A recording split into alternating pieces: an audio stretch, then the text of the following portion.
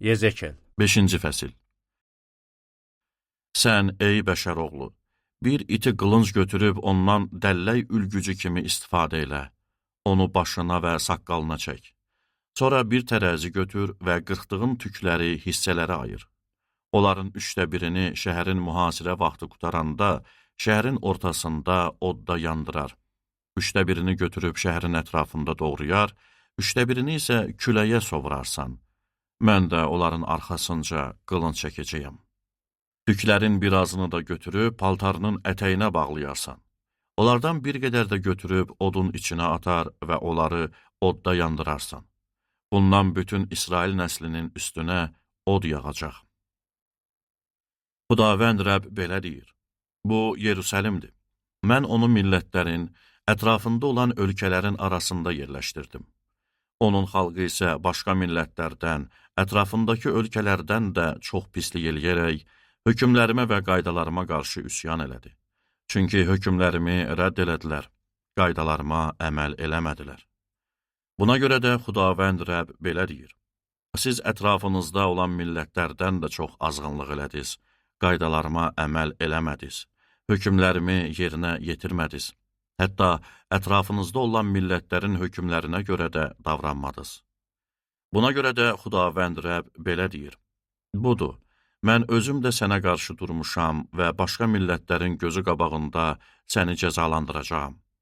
Bütün iyrənc işlərindən ötürü indiyə qədər eləmədiyim və bundan sonra da bir daha eləməyəcəyim şeyi sənin başına gətirəcəyəm. Buna görə də sənin torpağında atalar oğullarını, oğullarsa atalarını yiyəcək. Səni cəzalandıracağam, salamat qalanlarının hamısını hər tərəfə sovuracağam.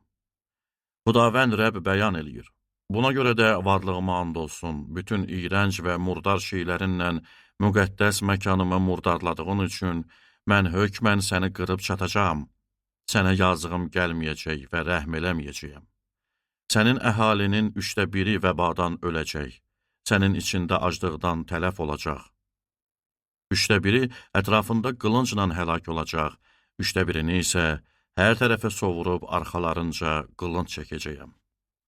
Beləcə hədsiz qəzəbimi göstərəcəyəm. Onların üzərində qızğınlığımı söndürüb sakitləşəcəyəm. Onlara hədsiz qəzəbimi göstərəndə biləcəklər ki, mən Rəbb qısqanclıqdan onlara belə söylədim. Ətrafında olan millətlər arasında yoldan keçən hər kəsin gözü önündə səni viranəliyə və rüsvaçılıq hədəfinə çevirəcəyəm. Qəzəb və hiddətimlə, qızğın məzəmmətlərimlə səni cəzalandırarkən, ətrafında olan millətlər üçün rüsvayçılıq, təhqir, ibrət və dəhşət hədəfi olacaqsan. Mən Rəbb bunu söylədim. Mən sizi məhv eləmək üçün üstünüzə aclığın amansız oxlarını göndərəcəyəm. Aranızda aclığı gücləndirəcəyəm və çürəyin kökünü kəsəcəyəm. Üstünüzə aclıq və vəhşi heyvanlar göndərəcəyəm. Sizi uşaqlarınızdan məhrum eləyəcəklər. Aranızdan vəba və tökülən qan keçəcək. Üstünüzə qılınc gətirəcəyəm. Mən Rəbb bunu söylədim.